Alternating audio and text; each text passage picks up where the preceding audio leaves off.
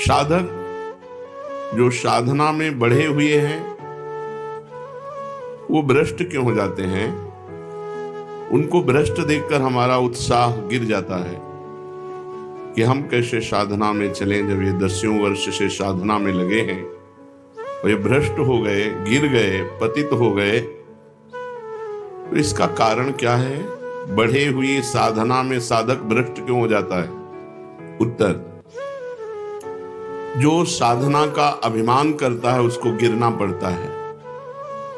कीन होइस कबहू अभिमाना, शोक होवन चाह कृपा निधाना। पहली बात, साधना में जो अभिमान है वो निश्चित आपको भ्रष्ट कर देगा, गिरा देगा। साधना को अभिमान से बचाने के लिए गुरु आज्ञा का पालन, शास्त्र आज्ञा का पालन और भगवत कृपा से साधना हो रही, ऐसा समझना चाहिए। वास्तविक भगवत कृपा से ही साधना हो रही, गुरु कृपा से साधना हो रही है। साधना कृपा से होती, प्रारब्ध से नहीं होती है। अपने बल से साधना नहीं होती, भगवत कृपा से होती है। तो साधक को जब अहंकार आवे तो अपने से ऊंचे महात्माओं के चरित्र पढ़ने चाहिए, अपने से बड़े संतों के चरित्र पढ़ने चाहिए।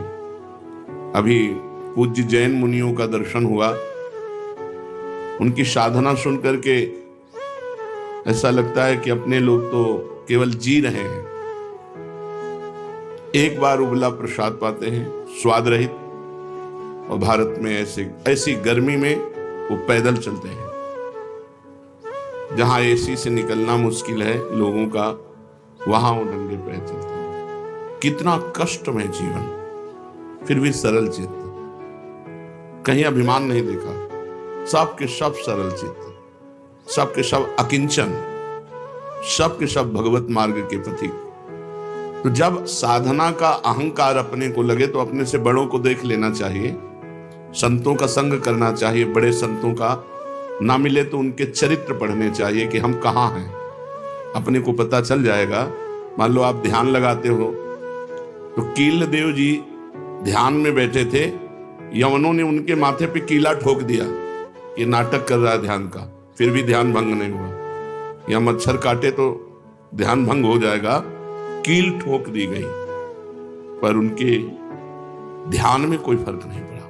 बड़े महापुरुषों का ध्यान, बड़े महापुरुषों के चरित्र। मान लो त्यागी, तो चीदर चिदरानी जी से बढ़कर कौन त्यागी हो सकता है, जिनके पहनने के लिए वस्त्र और खाने के लिए भोजन नहीं, संत सेवा में घर के खिड़की दरवाजे तक बेच दिए, फिर भी भगवदानंद में मस्त हैं। हमारी क्या साधना?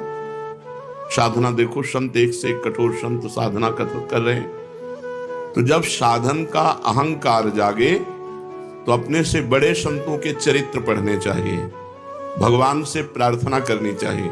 वैसे गुरु कृपा पात्र में साधना का अहंकार होता ही नहीं। जो गुरु की आज्ञा से साधना में होता है उसको अहंकार होता ही नहीं। उसको रहता मेरे गुरुदेव की कृपा है, उन्हीं की आज्ञा से साधन शुरू हुआ है और उन्हीं की आज्ञा से चल रहा है, मैं तो केवल निमित्त मात्र हूं, इसमें तो गुरुदेव की कृपा है। जो साधक अपना चुना हुआ साधन करता है उसमें जरूर अहंकार आ जाता है। मैं व्रतशील, मैं मौनी, मैं तपस्वी, मैं, फिर उसको गिरना पड़ेगा। ये माया बड़ी बलवती है। दैवी है सागुणमयी मम माया दुरत्या, बड़े बड़े ऋषि मुनियों को मोहित कर लेती है। तो यदि आप साधन का अहंकार करेंगे तो भ्रष्ट हो जाएंगे, पहला। दूसरा, आप साधन नहीं करते, साधन में पाखंड करते हैं, दिखावा करते हैं, अच्छे साधक नहीं हैं, तो आप भ्रष्ट हैं ही। तीसरा, आपको अपने साधन से बढ़कर सुख विषय भोगों में लगता है, इसलिए भ्रष्ट हो जाते हैं। 3 कारण हैं जो साधक साधना में चलते हुए भ्रष्ट हो जाते हैं। उनमें 3 कारण है। पहला, साधना का अहंकार। दूसरा, साधना में पाखंड, दंभ, दिखावा। और तीसरा, साधना से सुख मिलने वाले भगवदानंद से बढ़कर सुख भोगों में देखना। इसलिए जो तुम्हारे उर में वासना है उसको भोगना पड़ेगा, तो आप भ्रष्ट हो जाएंगे। साधना प्राप्त किंचित सफलता यदि कहीं प्रकट कर दी जाती है तो देखा गया साधना बंद हो जाती है। ये बिल्कुल अक्षरशः समझिए, जो भी साधन कर रहे हैं गुप्त रखिए। उसे प्रकाशित मत कीजिए। सोने से लेकर शयन तक की दिनचर्या कभी अपनी किसी के सामने मत रखिए, गुप्त रखिए। बहुत लंबे समय तक आपका साधन भजन ठीक चलेगा। और यदि आपने अपनी साधना व्यक्त कर दी, 2-4 लोग बैठे हैं, उनसे कि आप क्या समझते हो, मैं 1 बजे रात्रि को उठता हूँ, ऐसा ऐसा करता हूँ, ऐसा ऐसा कर, वो बंद हो जाएगा, उठना बंद हो जाएगा, वो दिनचर्या बंद हो जाएगी। स्पष्ट लिखा हुआ है। तो इसमें लिखा है कि दूसरों को बताने के समय हमारे चित्त में अहंकार होता है, अंतःकरण में अहंकार स्फुरित होता है। मैं इतने बजे करता हूं, मैं ये करता हूं, मैं करता हूं, इसके कारण उसकी साधना रुक जाती है। यदि उसे घुमा के वर्णन करे कि संतों ने कहा रात्रि के 1-2 बजे उठ जाना चाहिए, भजन साधन करना चाहिए, फिर ब्रह्म मुहूर्त में अमुक अमुक ऐसा साधना करना चाहिए, संतों ने कहा है, अपनी डायरेक्ट बात ना बतावे कि हमारी साधना क्या है। सदैव अपनी साधना को गुप्त रखे, भगवत चर्चा करे, संतों की बातें बताए। अपनी बात बतानी है तो किसी साधक ने ऐसा अनुभव किया, ऐसी बात बतावे। कभी अपने को उसमें सम्मिलित न कर ले कि मैं अपना अनुभव बताता हूं कि ऐसी ऐसी दिनचर्या मेरी 10 वर्ष से चल रही। तो आप लिख लो, अगर 10 दिन के अंदर न रुक जाए तो हमें बता देना। चाहे जितनी हिम्मत कर लो, 10 दिन के अंदर रुक जाएगी, हम कह रहे, गारंटी है।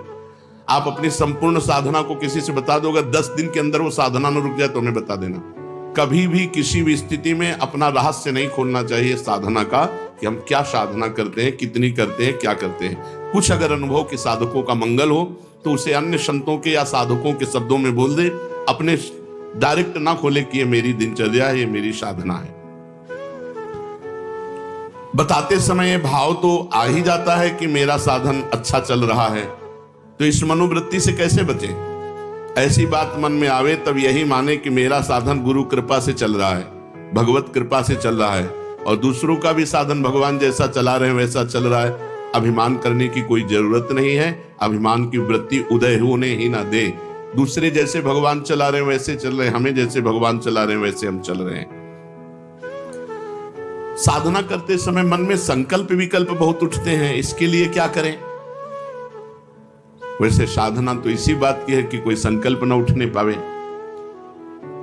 पर यदि संकल्प उठे तो उसे पूरा होने न दे, उसे नष्ट कर दे। संकल्प उठे तो उसे पूरा ना होने दे, चाहे सत हो चाहे असत होने। संकल्प बनना बंद नहीं होगा। साधना है संकल्प रहित होने की। कोई संकल्प नहीं है, ना अच्छा ना बुरा। बोले हम आज से ये संकल्प करते हैं। आज से क्या संकल्प करते हैं, हमारा तो जीवन भर का संकल्प है कि भगवान का नाम न छूटे, बस उसी में। अभी तक नहीं पूरा हो पाया संकल्प, तो और संकल्प बना के क्या करें। भगवान का साक्षात्कार करना है, अभी तक नहीं पूरा हो पाया, तो और संकल्प बना के क्या करें। ये जो छोटे छोटे संकल्प उठते हैं, ये करना है, ये देखना है, ये सुनना है, ये भोगना है, इनको नष्ट कर दे। कैसे नष्ट होते हैं, नाम जप करते हुए इनकी उपेक्षा कर दे तो अपने आप ही नष्ट हो जाते हैं। नाम जप बंद ना हो और आप लगाव ना रखें जो अंदर मन संकल्प विकल्प दे रहा है, तो वो नष्ट हो जाएंगे। अगर परमार्थिक शुभ संकल्प कोई हो तो उसे आदर दे दो, नहीं तो परमार्थिक व्यवहारिक दोनों खत्म। बिना संकल्प के चलने दो। संकल्प रहित साधना ही भगवान की प्राप्ति का है। कोई संकल्प नहीं, कोई संकल्प विकल्प नहीं। इतना जपना ये भी संकल्प नहीं, निरंतर जपना है ये संकल्प। हमारे जीवन का लक्ष्य है एक भी श्वास खाली ना जाए, एक भी मिनट व्यर्थ ना जाए। पूछत रीति भभूकत धावत, श्री सेवक जी महाराज लिखे। नहीं, कैसे बदले। भजन का तीव्र अभ्यास। भजन से जब हृदय शीतल हो जाता है तो कोई गाली भी देता है तो उत्तर देने का मन नहीं होता। कोई गुस्सा भी दिलाता है तो इतनी शीतलता है कि गुस्सा ही नहीं आती। भजन का तीव्र अभ्यास और भगवान से कृपा याचना करना कि हमारा स्वभाव बदल दो। सेवक जी कह रहे हैं, या जो पर्यो मोहि सहज स्वभाव, से हरिवंश नाम रस चाओ, नाव सुदृढ़ भव तरन को। ये सुदृढ़ नौका है नाम। भवसागर से तरने के लिए सुदृढ़ नौका नाम है, और मेरा स्वभाव पड़ गया है निरंतर हरिवंश नाम का रटने का। यह जो पर्यो मोहि सहज स्वभाव, श्रुतौ राधिका कीर्तिरंतः स्वभावे। हमारी श्रवणेंद्रिय का स्वभाव बन गया है श्री किशोरी जी की चर्चा सुनना। जबान का स्वभाव बन गया है राधा राधा रटना। हमारा स्वभाव तभी बदलेगा जब हम तीव्रता पूर्वक भजन में लगेंगे। 1 महीने में 1 बार गुस्सा होने पर 1 महीने के भजन का फल ढक जाता है। 12 बार गुस्सा हो गए तो साल भर में तुम्हारे पर रह क्या गया। अच्छे से गुस्सा हो जाने पर 1 महीने का भजन का फल ढक जाता है। ये संत जन बावरे थोड़ी कि मारो तो भी गुस्सा नहीं होते, शांत रहते हैं। तो बोले जो मारने वाला है फिर वो अगर उसको प्रतिकूलता नहीं दी जाएगी तो और बढ़ जाएगा। नहीं, उमा क्षमा साप होते भारी, अपने कर्म जाय अपकारी। जो तुम्हारा अपकार कर रहा है उसे क्षमा कर दो, तुम्हारी क्षमा उसके लिए सांप से भी बढ़कर जाकर दंड देने वाली बन जाएगी।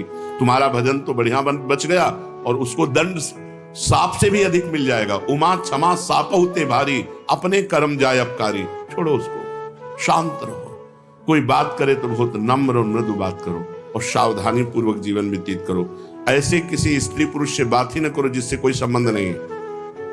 व्यर्थ में नेत्रों को बहुत संभाल के, वाणी को बहुत संभाल के रास्ते चलते, श्री हरिवंश, जिधर वो श्री हरिवंश आया उधर से मुंह फेरो और फिर बोलो श्री हरिवंश तो चल दो। साधु का स्वभाव ऐसा नहीं होता। ऐसे करोगे फंस जाओगे, ऐसे करोगे फंस जाओगे। बिल्कुल नहीं फंसना।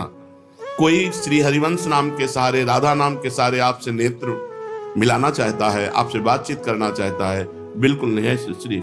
और अगर स्त्री शरीर में है तो बोलना ही नहीं है। कोई पुरुष आपसे कह रहा है भाई जी श्री हरिवंश, बोलना ही नहीं। वो भले माने कि गुस्सा है क्या, पागल है क्या, सुनाई नहीं देता क्या, यही माने तो अच्छा है। ज्यादा अपने को प्रवीण संत न समझ ले, नहीं तो फंसने में देर नहीं लगती। माया फौरन फंसा लेती है, चित्त वृत्ति आकर्षित हो जाती है। इसलिए अपना स्वभाव बदले। भजन का फल है स्वभाव का बदलना। पूरी चेष्टा करता हूं साधना में, परिस्थिति में सुधार संतोषजनक नहीं आ रही, बड़ी निराशा छा रही है।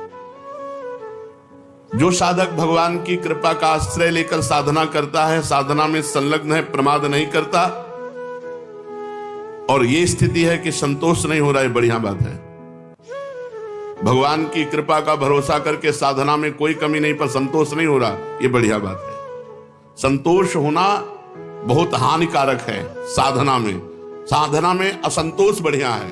कभी संतोष ही, और भजन और भजन और साधन। संतोष हो गया तो मन कहेगा नियम तो पूरा ही हो गया, थोड़ी देर मनोरंजन कर लेते हैं। संतोष नहीं होना चाहिए, पर भगवान की कृपा का आश्रय और सच्चाई से साधना में लगन पूर्वक लगना। अमर पद की प्राप्ति का उपाय क्या है? उस मायातीत, कालातीत, अकाल पुरुष की प्राप्ति का उपाय क्या है? चिंतन। अनन्य चिंतयन्तो माम। भगवान ने कहा अनन्य चेता सततम यो माम स्मरति नित्यशः तस्याहम सुलभा पार्थ। मैं उसके लिए सुलभ हो जाता हूं जो निरंतर मेरा चिंतन करता है। नाम का चिंतन, रूप का चिंतन, गुण का चिंतन, बस चिंतन चलना चाहिए। चिंतन, भगवत चिंतन से अमर पद की प्राप्ति होती है। जब युद्ध जैसे कार्य में भी भगवत चिंतन हो सकता है तो हर कार्य में भगवत चिंतन हो सकता है। माम अनुस्मर युद्ध च। जब युद्ध जैसे कार्य में भगवान का स्मरण हो सकता है तो कोई भी कार्य ऐसा नहीं जिसको करते हुए हम भगवत स्मरण ना कर सके। निरंतर भगवत स्मरण ही अमर पद, भगवत प्राप्ति, परम पद के उपाय हैं। अगर भगवत चिंतन में अंतर पड़ रहा है तो उतना ही अंतर पड़ रहा है अमर पद में। क्या साधना में वेश धारण करना आवश्यक है? ये वेश आचार्य परंपरा से होता है। ये जरूरी नहीं कि वेश धारण करे तभी परम पद मिलेगा, और ये जरूरी नहीं कि वेश धारण कर लिया तो परम पद मिलेगा। अगर वेश धारण करके भजन नहीं हो रहा, मनमानी आचरण हो रहे हैं तो नरक मिलेगा। और वो वेश धारण नहीं किए, बहुत सही साधना कर रहा है तो उसे भगवत प्राप्ति होगी। वेश का विशेष महत्व नहीं है, महत्व भजन का है। भीतर अगर आपके भजन चल रहा है और बाहरी वेश कैसा भी हो तो आपको भगवत प्राप्ति होगी। बाहरी वेश साधु का, भीतर संसार का चिंतन, मान प्रतिष्ठा, रुपया पैसा, तो फिर भगवत प्राप्ति नहीं, नरक की प्राप्ति होगी। वेश आचार्य परंपरा से है। अगर वेश है और उद्देश्य है तो सोने पे सुगंध है, फिर क्या कहना है? मम भक्ति युक्तो भुवनम पुना, तो तीनों लोकों को पावन करने वाला है। लेकिन केवल वेश है, उद्देश्य भगवत प्राप्ति नहीं, भजन नहीं, इधर उधर भंडारा खाते डोलना, रुपया पैसा समेटना, मान प्रतिष्ठा, ये लोक व्यवहार, हंसी मजाक, तो संसारिक जीवन व्यतीत करने से कोई वेश थोड़ी भगवत प्राप्ति करा देगा। इसलिए वेश का विशेष महत्व नहीं है, भजन का विशेष महत्व है, उद्देश्य का विशेष महत्व है। वेश रखकर तो विशेष सावधान रहना चाहिए कि भगवान ने इतनी कृपा की, मुझे विरक्त वेश दे दिया, अब मेरे से गलती न हो, अब मैं भगवत प्राप्ति इसी जन्म में कर लूं।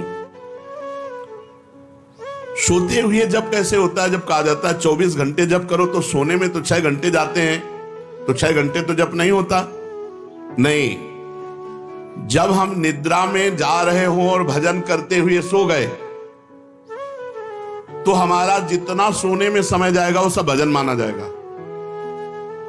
जैसे मरते समय नाम ले लिया तो पूरे जीवन क्या किया है परिणाम नहीं देखा जाएगा, आपको भगवत प्राप्ति होगी।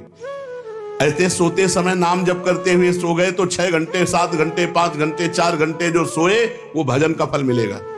इसलिए सोते समय बहुत होश में होना चाहिए, सब बातें हटा करके नाम में एकदम डूबते हुए फिर नींद में चले गए। तो निद्रा समाधि स्थिति जो सोना है वो भी आपका समाधि भजन माना जाएगा, क्योंकि निद्रा में वृत्ति लीन होने के पहले आप नाम जप कर रहे थे, तो नाम जप में ही लीन माना जाएगा, निद्रा में नहीं माना जाएगा। निद्रा के ठीक पूर्व एक क्षण पहले तक नाम जप चल रहा है और फिर सो जाइए तो आप देखिए जगते समय वही नाम जप चलता मिलेगा, तो बीच में आपका भजन ही माना जाएगा। ऐसे 24 घंटे भजन माना जाएगा। प्रश्न कर रहे हैं भजन करने के लिए क्या घर छोड़ना आवश्यक है कि भाई अब भजन करना है तो घर द्वार छोड़ दे। हमें लगता है कि अगर भजन का अभ्यास नहीं तो बाहर ज्यादा माया जाल है, बाहर ज्यादा माया जाल है, घर की अपेक्षा बाहर ज्यादा भ्रष्ट होने के चांस हैं। अब कहीं तो कमरा लोगे, कहीं व्यवस्था, तो रुपया कैसे मिले, तो धनी पुरुषों का संग करो, फिर बेविचार और नाना प्रकार की गलतियां और नाना प्रकार के दोष हो जाते हैं। घर में अपनी कमाई का खा के दूसरों का उपकार करते हुए जो भजन करता है बहुत जल्दी सिद्ध हो जाता है। जो विरक्त है भगवान की विशेष कृपा हो गई है और वो साधु समुदाय में रहे, आकाश वृत्ति या मधुकरी वृत्ति से जीवन यापन करे, खूब भजन करे, सिद्ध हो जाएगा। जो मेहनत करके कमाया है जिंदगी में उसी अपनी कमाई के धर्म के टुकड़े खाओ और खूब नाम जप करो। अगर धाम आदि की यात्रा करो तो अपने पैसे से करो, 1 पैसे का किसी से सहयोग मत लो, 1 पैसे की वस्तु किसी से मत खाओ। गृहस्थ धर्म में ऐसे और विरक्त धर्म में माधुकरी वृत्ति या आकाश वृत्ति से जो भगवान देते हैं और समुदाय में रहे, क्योंकि अलग रहने पर मनमानी आचरणों के होने की संभावना है और समुदाय में एक दूसरे की सुरक्षा बनी रहती है। घर में भगवान का नाम लेने से, भगवान में मन लगाने से ज्यादा अच्छा है। हाँ, जो जीवन भर भजन करता रहा है और उसने देखा हमारे कर्तव्य का कार्य पूरा, बच्चों का ब्याह हो गया, संसार ए भाई राधे श्याम और चला, वो बात अलग है, वो बात अलग है। वो शास्त्र आज्ञा करता चौथेपन में विरक्त होकर के विरक्तों के बीच में रहकर भजन करे, अपने कर्तव्य का पालन हो गया, अब हम भगवान के भजन में चले। कहते हैं कि जो भजन नहीं करता वो आत्महत्यारा है, जो भजन नहीं करता वो आत्महंता है, आत्महत्यारा है। ऐसा क्यों कहा गया? बोले भगवान ने कृपा करके मनुष्य जन्म दिया है, कृपा करके सुविधा दी है कि इस जन्म में प्रमाद से हटकर भजन करके मेरी प्राप्ति कर लो, और अगर आपने नहीं की तो यह अपराध बना और आप आत्महत्यारे कह जाओगे। जो न तरय भवसागर अस समाज नर पाए, स्वत निंदक मंदमति आत्महनन गति जाए। जैसे कई बार बताया है कि भारतीय सरकार किसी आदमी को विदेश भेजे और सारी सुविधा वहां, घर मकान स्त्री पुत्र परिवार सब सुविधा दे और अपना सरकारी काम बता दे कि ये काम करना है।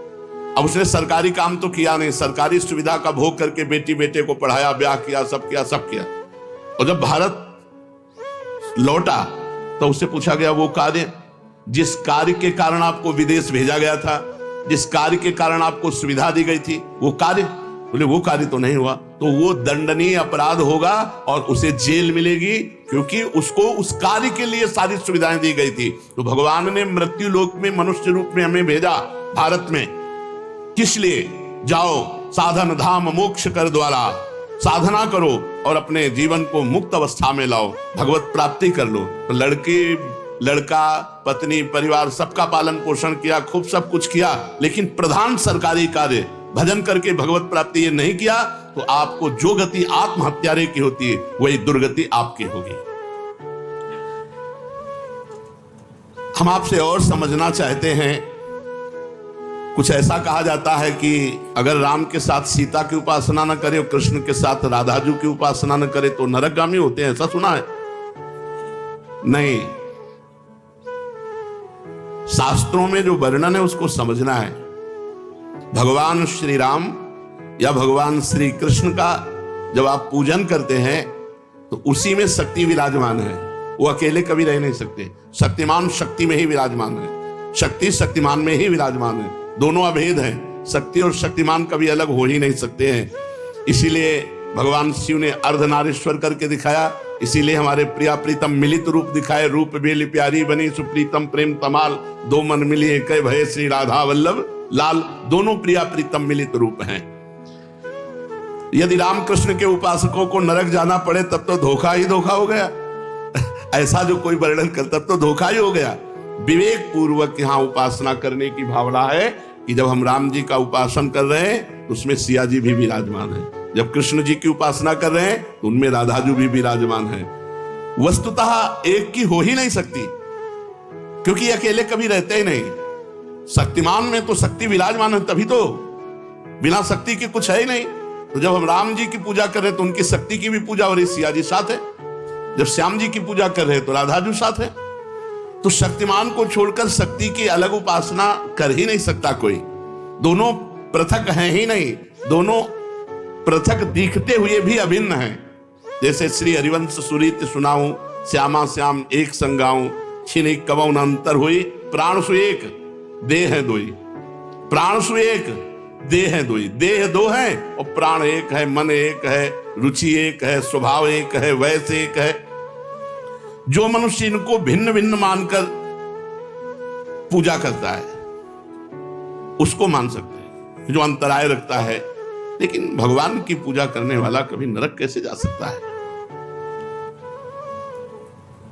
एक बात आपसे पूछते हैं कि भजन जब अनुकूल परिस्थिति होती है तो खूब होता है, और जब प्रतिकूल परिस्थिति आ जाती है तो भजन नहीं होता है। बड़ी समस्या है।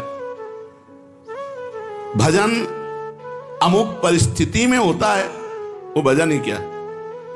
भजन का अभ्यास परिस्थिति से नहीं, परिस्थिति से ऊपर उठ के हर परिस्थिति में भजन। बड़ी कृपा रही। भूखे रहकर भजन, खा के भजन, सर्दी में भजन, ओढ़ के भजन, गर्मी में भजन, एसी में भजन। हर परिस्थिति में भजन हमारा होना चाहिए। ये देख लो, हा राधा राधा राधा। और जब गर्मी पड़ रही वो बड़ी गर्मी है, ऐसा नहीं। गर्मी है तो राधा राधा, और एसी है तो राधा राधा। भूखे हैं तो राधा राधा, छके हैं तो राधा राधा। वो भजन ही क्या जो परिस्थिति में हो। अनुकूल परिस्थिति मिली भजन हो गई, और भूखे हैं तो भोजन का चिंतन हो रहा है। नहीं, ये अपने को कसना चाहिए। एक आध दिन भूखे रखकर भजन में करना चाहिए कि देखें हमारा भूख में भजन होता है कि नहीं। पंखा बंद कर देना चाहिए अपने कमरे का, 2-4 घंटे टेस्ट लेना चाहिए शरीर का कि गर्मी में ऐसी ताप में हम कैसे रह सकते हैं। कई वर्षों इनका आनंद लिया गया है, तो वर्षों हितधाम की छोटी कुटिया तक असुविधा ही असुविधा जीवन में रही है। ये तो अभी चंद दिनों की सुविधा है। प्रत्येक परिस्थिति में भजन स्मरण, चाहे प्रतिकूल परिस्थिति हो चाहे अनुकूल परिस्थिति हो, भजन नहीं छूटना चाहिए। जब तुम ऐसा नियम लेकर दृढ़ता पूर्वक भजन करोगे तो फिर प्रतिकूल परिस्थिति में भजन होने लगेगा। अखंड भजन उसी को कहलाता है, वही कर सकता है जो हर परिस्थिति में भजन करता है। साधक के जीवन में कभी कभी दुर्भाग्य का भी अवसर आता है। वो बहुत अपने को हे समझने लगता है। जब जगत उसका अपमान करे, संसार उसकी निंदा करे, कोई उसको पूछे ना, तो उसे प्रसन्न होना चाहिए कि अब भगवान के मिलन की बात आ रही है। सम्मान, अनुकूलता, सुख ये भगवान से अलग करते हैं। अपमान, प्रतिकूलता, दुख ये भगवान के सम्मुख करते हैं। जब अपमान होने लगे, निंदा होने लगे, कोई पूछे ना, तो जय जय, कितना आनंद। सीधे भगवान से चित्त लगाओ, सीधे भगवान के चिंतन में डूबो। यथार्थ में उसका सौभाग्य अब उदय हुआ है, ये दुर्भाग्य नहीं है। जब जगत उच्च आसन पर बैठालता है और वाह वाह करता है और भेंट पूजा चढ़ाता है, इसे दुर्भाग्य समझना चाहिए। यह है अध्यात्म का उल्टा मार्ग। संसारिक यही चाहता है कि जाते ही सबसे ऊंचा आसन मिले और बड़ा माला पहनाया जाए, और यहां कह रहे हैं वो दुर्भाग्य है। सौभाग्य यह है कि जब कोई पूछे ना, उसे अब बड़ा भाग्य का विषय यही है, ये हम अब अनुभव करते हैं। ये सौभाग्य ना मानो कि वाह वाह और बड़ी यश कीर्ति। दुर्भाग्य को यहां सौभाग्य माना जाता है। जब कोई पूछे ना, कोई अपमान करे, तिरस्कार करे, ये बड़ा सौभाग्य। एक बात और बताइए कि ये प्याज लहसुन पवित्र भूमि में उपजता है, फिर इसे क्यों खाने के लिए वर्जित किया गया है? प्याज लहसुन कोई कंपनी में तो बनाया नहीं जाता कि भाई गंदी बात है। जहां आलू उत्पन्न होती है, जहां गाजर उत्पन्न होती है, मूली उत्पन्न होती है, ऐसे ही प्याज लहसुन उत्पन्न होता है पवित्र भूमि में, फिर इसे निषेध क्यों किया गया है कि ना खाया जाए? प्याज लहसुन घोर तामसिक वृत्ति है, इसके खाने से घोर तमोगुण बढ़ता है। आलस्य, निद्रा और भजन में मन ना लगना और गंदे भावों का उदय होना इससे होता है। इसलिए संतों ने इसे मना किया है, क्योंकि आहार शुद्धि से ही मन शुद्धि होता है। जैसा खाओ अन्न वैसा बने मन। इसलिए आध्यात्म की उन्नति की इच्छा रखने वाले साधकों को कभी प्याज लहसुन पड़े हुए भोजन को नहीं पाना चाहिए। और जिस रसोई में मांस बनता हो, उस रसोई में, उस पात्र में बने हुए खीर पूड़ी रोटी दाल भी नहीं पानी चाहिए। शुद्ध अंतःकरण हुए बिना सिद्धि नहीं मिलती, और बुरे भाव आते हैं तो अंतःकरण शुद्ध नहीं है। पर हम मंत्र जप कर रहे हैं तो क्या सिद्धि प्राप्त हो जाएगी? हाँ, प्राप्त हो जाएगी, क्योंकि मंत्र परम शुद्ध है। हम जप रहे हैं, हमारे भाव अशुद्ध हैं, तो वो मंत्र धीरे धीरे अशुद्ध भावों को काटकर परम सिद्धि प्रदान कर देंगे। और ये भूत प्रेत कोई कोई सिद्ध कर लेते हैं मंत्र से, इनकी क्या गति होती है? जो भूत प्रेत की उपासना करते हैं, ये तामसिक सिद्धि है, वो नरक की प्राप्ति होती है और भूत बनते हैं और नरक की प्राप्ति। भूतों को पूजने वाले, भगवान गीता जी में बोले, भूतों को पूजने वाले भूतों को प्राप्त होते हैं, पितरों को पूजने वाले पितरों को प्राप्त होते हैं, देवताओं को पूजने वाले देवताओं को प्राप्त होते हैं। हे अर्जुन, मुझे पूजने वाले मेरे को प्राप्त होते हैं। साधक को चाहिए दिखावे में ना पड़े, चमत्कार दिखाने में। ये भूत प्रेत की, यक्षिणी गंधर्व, इनकी सिद्धि मंत्र है इनके, ये थोड़े दिनों में सिद्ध हो जाते हैं। तुम क्या बोल रहे हो, तुम क्या सोच के आए हो, तुम कहां से आए हो, तुम्हारा क्या नाम है, ये सब बातें। इससे बड़ी पूजा बढ़ेगी, सम्मान बढ़ेगा, लेकिन जाना पड़ेगा नरक ही।